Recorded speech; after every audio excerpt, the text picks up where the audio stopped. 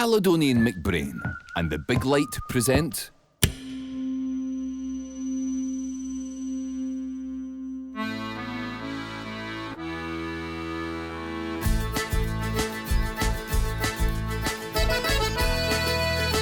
Fáilte, I'm Coinneach Macleod, the Hebridean baker.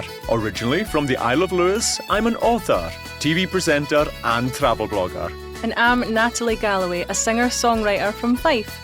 We spend most of our time travelling the world, seeking out amazing places and meeting the people who live there. Together, we're the perfect guides to the very best things to do, see, eat and enjoy on your next adventure to the incredible islands off the west coast of Scotland. Welcome to Scottish Island Adventures.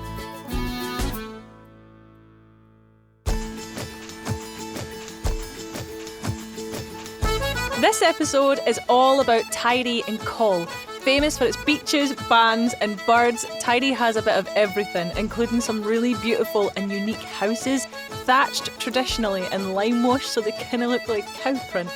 Sitting just beside it, the Isle of Coll is home to 171 permanent residents and, like Tiree, boasts a massive array of wild flora, fauna and spectacular landscapes. You can access Tiree and Coll by ferry from Oban, and this might just be one of the most beautiful ferry rides in the world.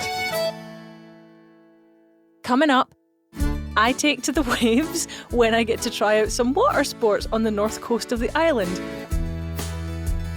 But first, I was desperate for a wee cup of tea when I came off the ferry.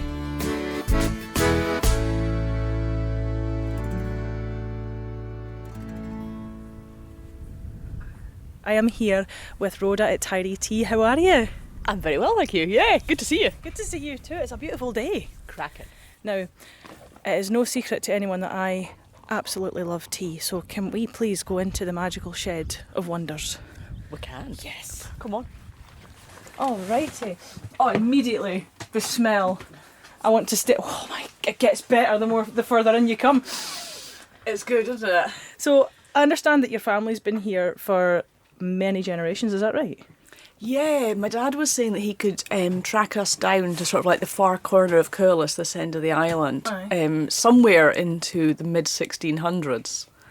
So we've definitely been here quite a long time. The house that I live in, my great-great-grandfather built it in 1891. And obviously we're here looking at very many beautiful smelling teas. So what makes this tea so special and what inspired the flavours and everything about them? I wanted to start from the point of view of the stories and the culture and the sights and the sounds of the island. I'm a big believer in putting people into the place, not just the view. Yeah. And so I started out thinking, well, Tiree Tea had a lovely alliteration. I used to run a little market garden with my neighbour, and it was fun, but it's not scalable. You can't really turn it into a business, or I couldn't anyway here. So I started thinking about Tiree Tea. And I quite fancied putting maybe some nettle, maybe some mint into it, because that's what we've got around. So tea is technically a food, so it means you've got to hit all the kind of food regs around it. So it wasn't going to be a great place to start with a lot of investment. So we started working with a tea blender, and the recipes are unique to us. We own them. They import and blend the tea, and because it was important to us that our tea bags didn't have any plastic in them, they put them into tea bags which are biodegradable. Fantastic. And then they send them up to us. So we very much do the kind of the story, the look, the feel. We're a little bit cheeky. I work with an amazing artist who lives in the Netherlands. She's a printmaker, and she works with me, puts up with me to figure out the designs and tweak them and kind of get them just right. We have cheeky little stories in the back of the packets. We try and have a little bit of fun with it. I love the designs. Like, that's the house on the logo. Yeah. And then, where is it? I just saw it. There's Tilly. Yes, that's the local wind turbine. She's a community wind turbine. She's put 2 million into the local economy over the last decade, just over a decade. Supports the work that the Community Development Trust does, and I can see her from the house, and I just love Tilly. I think she's the best thing ever. Fairy Berry. It's making me giggle, I don't know why. It was originally a Christmas blend, and I wanted to be able to wish people a Fairy Berry Christmas. And then And then it got really popular, particularly with wild swimmers, because it's got chili at the end of it. So it's got a right kick, and it warms them up after swimming. And then you've got machair as well. Now, growing up on the island, you know about machair, but for somebody who's maybe listening overseas, can you just give a wee bit about what machair is and why it's so special? Machair is beautiful. Machair is a basically sandy, fertile soil that runs down to the shore. So it meets the beach, and it is home to an incredible array of wildflowers. You'll see it when you're kind of walking around, particularly sort of my side of the croft going down that way. And you get all these beautiful flowers coming through. It's grazed by cattle and sheep in the winter, and then it is left just to sit over the summer so that the flowers come out and set seed, and then I put my cows back on in the winter and they graze that over the winter. The landscape you see is very much managed to make it look like that, and the cows, the grazing actually helps bring the wildflowers on. And it is home in Tiree to the great yellow bumblebee, really rare bumblebee, and it loves the machair. So that's why we chose the bumblebee for the machair inspired blend. Like I said, I am a absolute fiend for tea. So what would you recommend? So you want a cup of crofter at the beginning of the day, Okay. which is a good strong proper breakfast tea. It's inspired by my that. dad's little grey Fergie tractor, and it's still running. So is my dad. And Just let us know. so that's kind of how to start the day. And then I end the day with a cup of mint and nettle Tilly, because it's just like a nice little chill out evening cup of tea before bed. So this is our flagship. This is the crofter. This is the crofter. Oh, it's really rich, but it's quite light as well. But you can tell that's a strong, like, good morning tea. I call it like a proper cuppa. It reminds me of when my granny had like a teapot and a tea cosy, and there was that kind of like tea smell, actual tea smell. Or like stewed tea. Do you remember when you'd have it on the stove for hours and hours and hours? Yep. I still do that. You'll get a good cup out of that. Oh, I could do stewed tea with this. It's got a dog on it. Wisp, listen, it's got a dog on it. Really, it does. Well, since you're such a big fan of tea, it would seem wrong not to put the kettle on for you. So can I interest you in a cup of tea? Oh, go on, you forced me. Thanks, Whistle. Aye, let's get the kettle on. Thank you for letting us into your humble abode. Not at all. Beautiful. But yeah, there's 4 cats, a dog, hens, 3 ducks, 80 sheep, and 6 cows. Where are the ducks? 4 calves right now. I don't know, they're currently hiding their eggs on me. So they're... Now, I do have a burning question, if you'll excuse the pun. Do you recommend having it with milk, or are you staunchly against it? No, I think milk's absolutely fine. I've got nothing against milk at all. I'm so excited for this. Right. Shall we go outside? Yeah, absolutely. Yes. Oh, it's lovely today. It's really nice, isn't it? Oh, this is, and it's a rocking chair as well. I'm not going him. This is a gorgeous breakfast tea. And as somebody who consumes tea all the time, perhaps a little bit too much, this is like the best breakfast tea. Well, we do a subscription service, so, should... Don't tell me that. Do not tell me that. We probably don't have time to sit and have a cup of every one just now, but on the boat on the way home, Tiree Tea is served across the CalMac network, which is really exciting. So you can pick a tea in the coffee cabin and enjoy a nice cuppa there, and then we've got a full range of merchandise, because with that artwork, who wouldn't use it?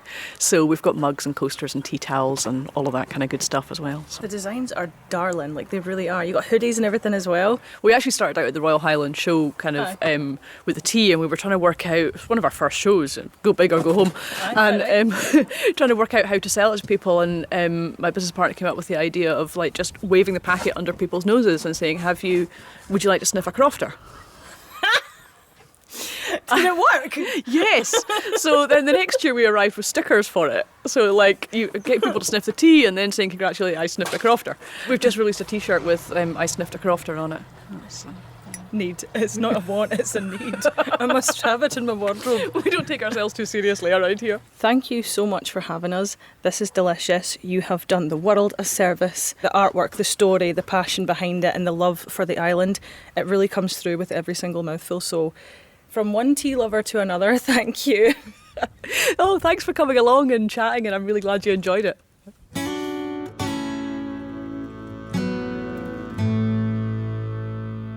For more information on this and all the island destinations, go to calmac.co.uk. Oh, Natty, I love Rhoda so much. What an absolute superstar she is. And it's so fantastic to see all the businesses operating and thriving on the islands. And I'm glad I've got a wee cup of tea here too. I'm gasping after listening to that piece. You're totally right, though. There's so many people producing amazing things on the islands. Well, I'm delighted to say we're joined by one of those people now. Former Scotland rugby captain Rob Wainwright left professional sport behind to start Macleod Farm on Coll. Rob, welcome to Scottish Island Adventures. Thank you very much. Great to be with you. And there may be a bit of cow noise in the background because I am by the shed. So. Well, Rob, you've had an absolutely amazing career, both on the pitch and off the pitch as well. You know, great rugby career, trained as a doctor, travelled the world, but you decided to swap the lions, the British lions, for the cows and the sheep of Coll. What made you take up the farm when you retired from playing rugby? Just a love of the West Coast. We didn't necessarily mean to end up on an island, but that's where there was a farm for sale, and it ticked all our boxes, and we've had no regrets. Generally speaking, we're very happy with island life, and have just celebrated 25 years, in fact, on the Isle of Coll. That's amazing, Rob. So you mentioned that you found it through obviously choosing the farm, but did you know the islands on the west coast well before you moved to Coll? I knew many of the islands, but I'd never been to Coll. So I'd spent most of my sort of teenage and 20s, those years, in either Moydart or South Uist. So this is kind of halfway between. So I thought it would be about right. And we're like a mini Uist here, aren't we? Lots of machair down the western fringe, and then slightly more barren hill ground down the eastern side, which is the side we present to visitors. We keep the best hidden on the west. But no, I had no particular experience of Coll, but loved the West Coast, widely travelled up and down the western seaboard and the Isles. So that's how we ended up here. And tell us a little bit more about Macleod Farm. What animals do you have there, and what keeps you busy? Well, at the moment we've got about 80 to 100 suckler cows and 450 ewes, and that was about enough to keep me busy. But one of my sons has come in on the business now, so we may expand things up a wee bit. I'm staring at a couple of them in front of me here that shouldn't be here. They've just jumped a fence to try and get back in with the calves. I'm just taking calves off today, so it's going to be pretty noisy around the house tonight, I think. That's the farm operation, and we built it up over the last 25 years. I'm a fairly steady state now. I'm from the Isle of Lewis, so I definitely understand crofting life and having sheep very, very well, but never really had many cows. Is there any challenges that you face as an island farmer, maybe compared to your peers on the mainland? Everything is about our link to the mainland, really. So again, it's a CalMac program, this, and CalMac is our lifeline. Everything goes through CalMac, and it's the hassle of having to organise. Whether it's feed coming in, hay coming in, or whether it's calves and lambs going off. Generally speaking, after the years we've been doing it, we know how to get things booked up. Our hauliers are very good, but everything has to go through the hauliers, and you have to build your system. to cope with that. So we tend to sell all our lambs in one batch because we get a lorry that can take 600, and myself and a neighbour fill it up. And you just have to be efficient in getting stuff off. And we couldn't do fat stock. We couldn't sell lambs and calves easily through to the abattoir, because generally you then need to be able to say these ones are ready and take them down the road when they're ready. And that's just not an option here. So we produce lambs, we produce calves, we take them off their mothers and we sell them through the mart. And then it's a pretty tough winter here. We're just getting the end of our Indian summer at the moment, which is a great way to go into the autumn. But it's a tough winter for the ewes and for the cows. And we try and get the stock off them, the calves and lambs off them as early as possible to let them recover. And then it's all about getting through the winter. And Rob, there's obviously a balance between the kind of traditional island farming methods and maybe trying to bring in some modern methods onto your farm. How do you balance that? There's some great stuff coming through at the moment. We've been playing with virtual fencing, which is collars on the cattle, where we can just set the fence. We can draw fences on the open hill on an app, and then the cattle get controlled by noises when they get to the fence, and if they ignore that, they get pulses. So something like that makes utilization of our hill ground, and we have a lot of hill ground here to utilize, and we haven't been using it very well, but now with these collars we can move out there.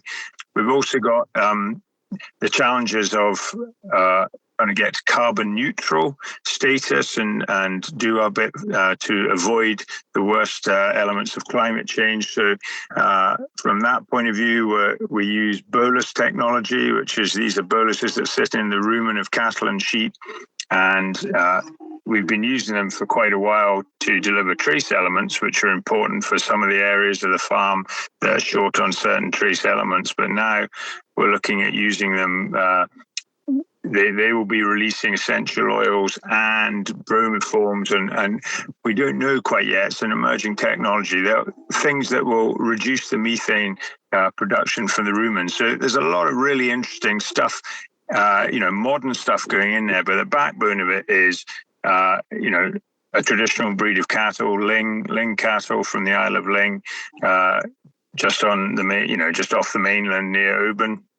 And then we have Llyn, which is a Welsh type of sheep, which is a traditional breed from down in Wales that we've crossed into Cheviots. And that is, we've got two very traditional breeds of stock that we work with.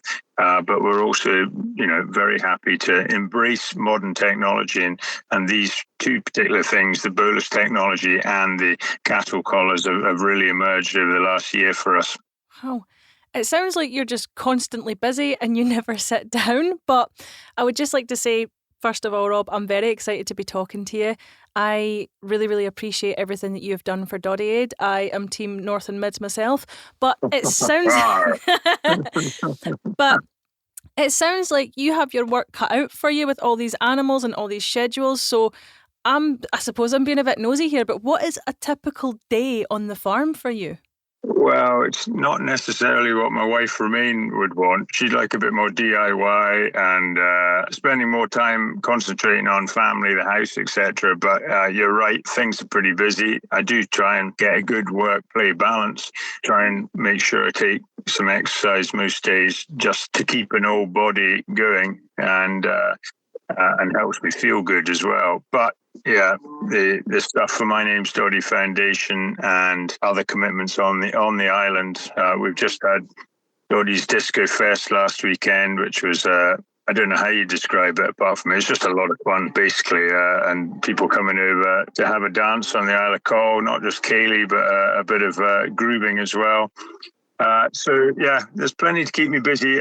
Some days I will just be staring at my phone and my computer and my diary, etc., doing a lot indoors. And other days like today, it would be madness to be inside when one of the nicest days of the year so far, absolutely beautiful. So today I'm spinning off calves and taking them up to the shed hence the sounds in the background of slightly mournful cows looking for their calves. But anyone that farms will tell you there's no typical day, and it just depends what it throws at you on any given day. But it's relatively steady state at the moment. It's a quieter time of year, but it goes through phases. Lambing is obviously very busy in the spring, and then it's just, there's a cycle to the year.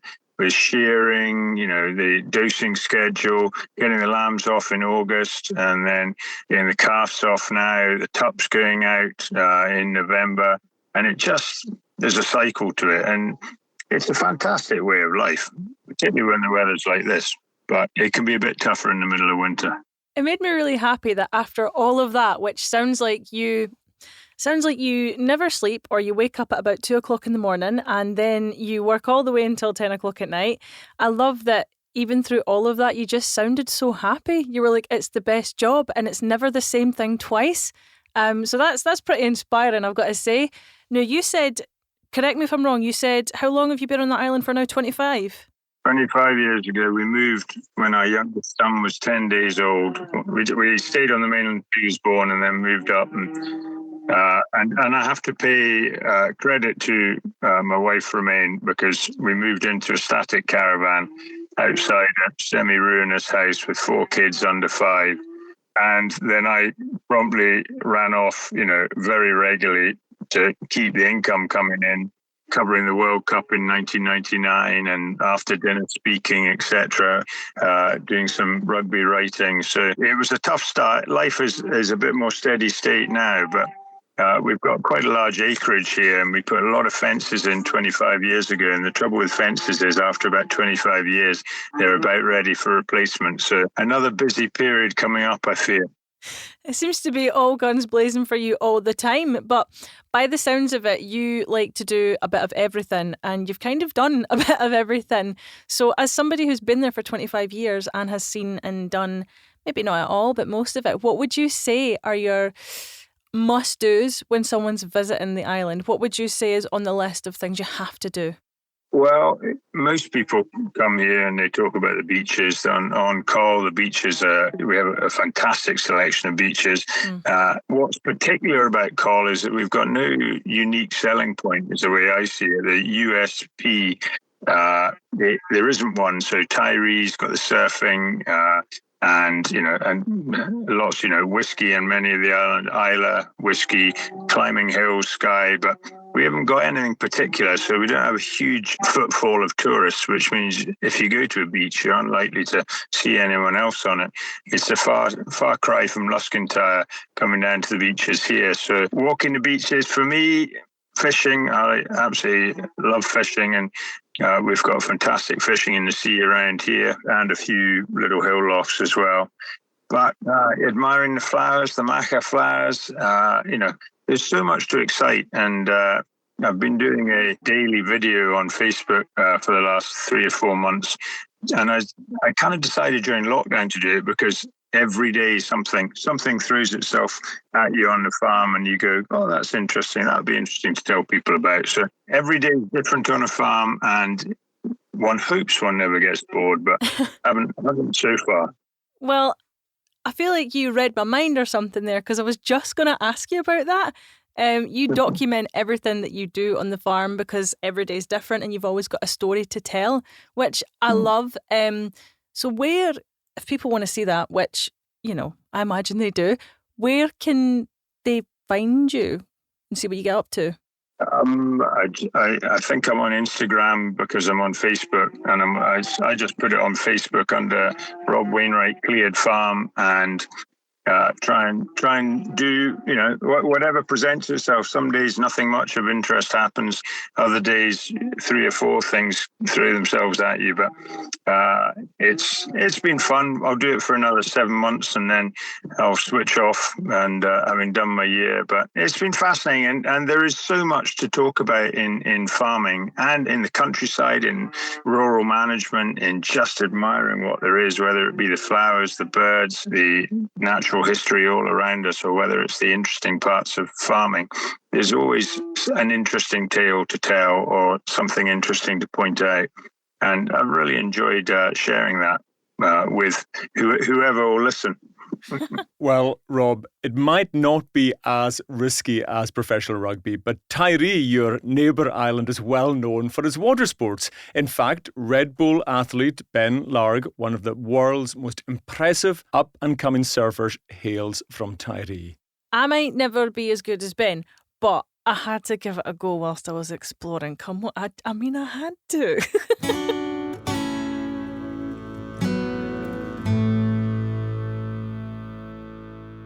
I am here at Wild Diamond and I've got William here. So hello William, thank you for taking up your time to come and see us. Pleasure. First time in Tiree? Third time. I only come here for the music festival to perform it, so I've never had the chance, because you're in and you're out with the ferries, so I've never actually had a chance to properly explore Tiree, so this is very, very exciting. What can visitors do when they come and see you? We started originally with windsurfing and sand yachting, of all things. Over the years we've kind of bolted on all kinds of stuff. Yeah, we had basically these little three-wheel buggies on the beach, incredibly popular with people that didn't necessarily want to pull on a wetsuit, and it gave them the opportunity to get down onto the beach and just experience a bit of a thrill at the beach. So we started kind of with the windsurfing and with the sand yachting, and then laterally moved into a little bit of surfing, paddleboarding, kitesurfing, all kinds of things from there. So I'm curious about your story, William. So what got you into windsurfing and water sports in general? I was very lucky. I kind of grew up with my grandparents here. My grandfather was a real, how would I put it, revolutionary. He was a 2-time mod winner on the pipes, crofter, head of air traffic control at the airport, classic islander with 2 or 3 different jobs, and varying interests and pastimes. And when he saw windsurfing coming to Tiree in the 80s, he just thought, if I was a younger guy, fit body and happy getting in the water, which he wasn't, I'd be really big into this. So he put a major push on with me just about the time I hit double figures to get me in the water and in windsurfing, and chaperoned me to the beach every other day, sat for hours patiently watching, waiting for me to come out the water, and at times asking me to come out the water as young teenager stamps foot and says no kind of thing.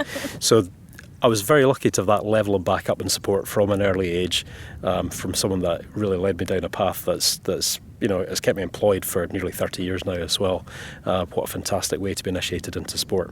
I think it's wonderful that he introduced you to that passion to the point where you weren't getting out of the water. We're quite a traditional island as well. Tiree is very much a working island. There's a lot of farming, fishing, building trades, various other things going on. And now the water sports is adding a new kind of perspective to things in terms of the economic stability in the island. It's enhancing our tourist season. It's giving us more of a 6 or 7 month season as opposed to the traditional 3-month season that you'd expect to find in the Hebrides. And all that extra trickling income coming in over the course of the year does make for more sustainable lifestyle here. It gives us better ferry connections, and the tourism is kind of where Scottish Government also are pointing people to go. It's something that Tiree is very good at, so we're very proud and very pleased to be involved in that. Why is Tiree so well known for water sport? There was a lot of people started coming here around about early mid-80s. These guys, largely professionals out of Glasgow and Edinburgh, found a kind of a Hawaii on the doorstep in Scotland, so to speak, and that was the initial kind of interest. And then from there, there's been all the different bolt-ons over the years: kitesurfing, surfing, paddleboarding, have all started to emerge as kind of market-leading sports as well. I think windsurfing was probably the precursor. That was what brought people here in the first place, because it was the abundance of strong wind, Atlantic surf brought people here, and then laterally led to Tiree Wave Classic as a kind of an event being formed in the mid-80s. And that was very much, the initial attraction. I was going to say, there is some kind of windsurfing competition here, isn't there? Yeah, that's right. It's actually the 40th anniversary of the event this year, so it's the longest standing professional wave sailing event on the planet. So Scotland has the privilege of hosting that, and it's going to be a very special year this year. Well, in saying that, because it's quite a small island, it has put itself on the map and produced some of the best water sports athletes ever. Excuse the pun, but is there something in the water that is producing all these fantastic water sports athletes, or what is it? I think the West Coast is well known for Ushka Bahar, but that's a slightly different kind of water of life. I think the advantage that we have here is we've got very fair summers, lots of sunshine hours, lots of sunshine days. The opportunity to get in the water is similar to foreign climates at that time of year, and that allows people to get in and enjoy themselves that a little bit more doing the sports that they love. Therefore, obviously, the more time you spend in, the better you're going to get, and that's probably what's pushed the standard and pushed the ability level. What do you think it is that created such a boom in Tiree for water sports? I think The geography of Tiree is unique in a global context. So we have a small island 10 miles long, 5 miles wide, with a dozen beaches facing in every direction. And because of that geography, you can always find a beach with specific conditions for what you're looking for.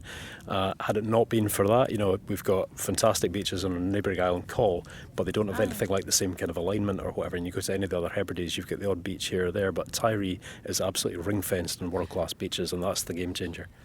Speaking of beaches, though, I think, reluctantly, I am about to put on another wetsuit. I did this in egg. I'm going to do it again. And you are going to babysit me in the water. Is that correct? Time to go. Let's get that wetsuit on. Here we go. Surf's up.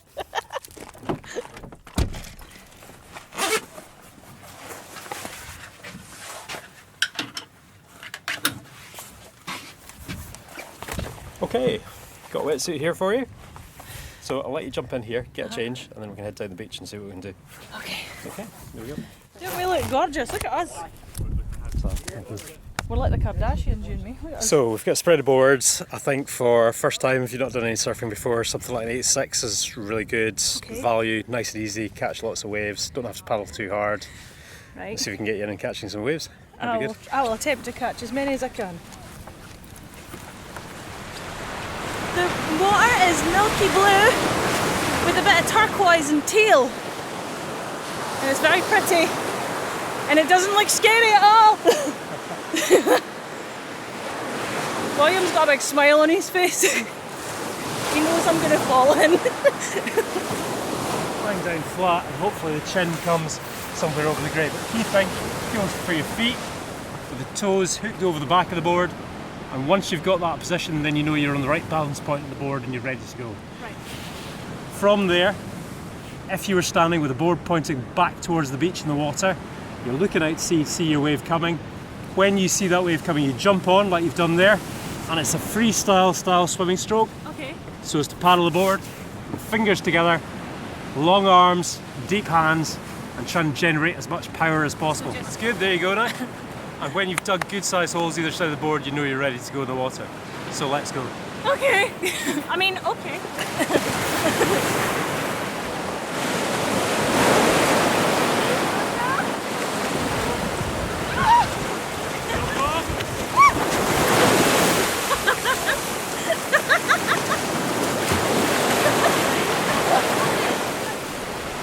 Okay, keep looking over your shoulder, keep looking out to sea, watching for the wave coming. Well, not this one, maybe one more behind again. Take your time. Up you go now, jump on, paddle hard now, go, go, go.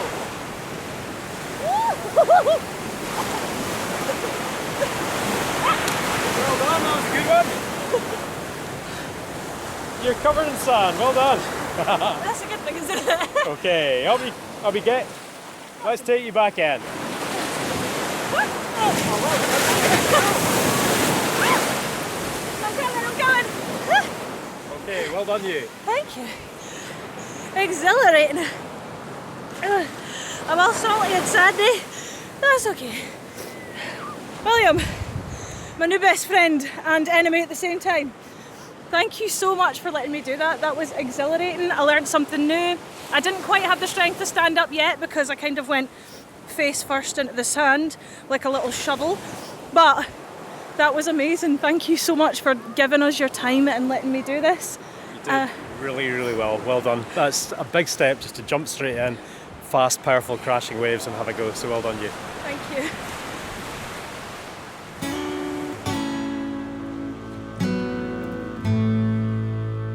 For more information on this and all the island destinations, go to calmac.co.uk. Natty, that sounded absolutely incredible. Rob, have you ever given the water sports around the island a try? You mentioned fishing, but have you tried any others? I enjoy a bit of boogie boarding, as it's known these days, and my sons enjoy trying to stand up on a surfboard. And then my daughter's boyfriend is a very, very good windsurfer. He was a windsurfing instructor for many years, so I think we're going to see more of the windsurfing now that they've moved up. Because I've got 4 kids. 3 of them are now back on the island, so it's fantastic to have the next generation coming into the community. Not least if we talk about the more serious side of life on the islands, is that like anywhere up the rural fringe and the coastal areas of the whole of the UK, housing is difficult to get, and getting the youth back into the community has been a challenge. So it's wonderful to have 3 of ours in there, bolstering that little bit of the demographic that's a bit empty, the 20, 30-year-olds, and we need more. I was surprised how much fun I actually had. I love the water, but I'd never done anything like that before, so I was nervous. But I mean, what a place to do it. And you were right about like the boogie boarding or the paddle boarding. I did try to stand up, but by the time I got like up, my legs were wobbling and I couldn't do it. I was too nervous and I just jumped in the water. But listen, Rob, thank you so much for talking to us, and thank you for your time. I know you're very, very busy, but we appreciate having you here, and I hope you enjoy the rest of your day. All right, good to chat. Thanks a lot. Bye-bye. Bye. Cheers. Well, that's all from us this episode. We hope you enjoyed it. Please subscribe, like, rate and review, and share with your friends. For show notes and more information on this and all our other island destinations, plus full details on Caledonian MacBrain's routes, timetables, prices and bookings, go to calmac.co.uk. Every journey starts a story, so book your Caledonian MacBrain Island adventure now.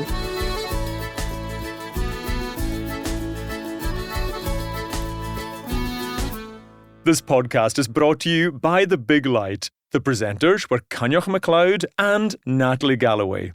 The producer was Flora Zychek, with mixing and original music by Brian McAlpine. The assistant producer was Michael Park. From the Big Light Studio.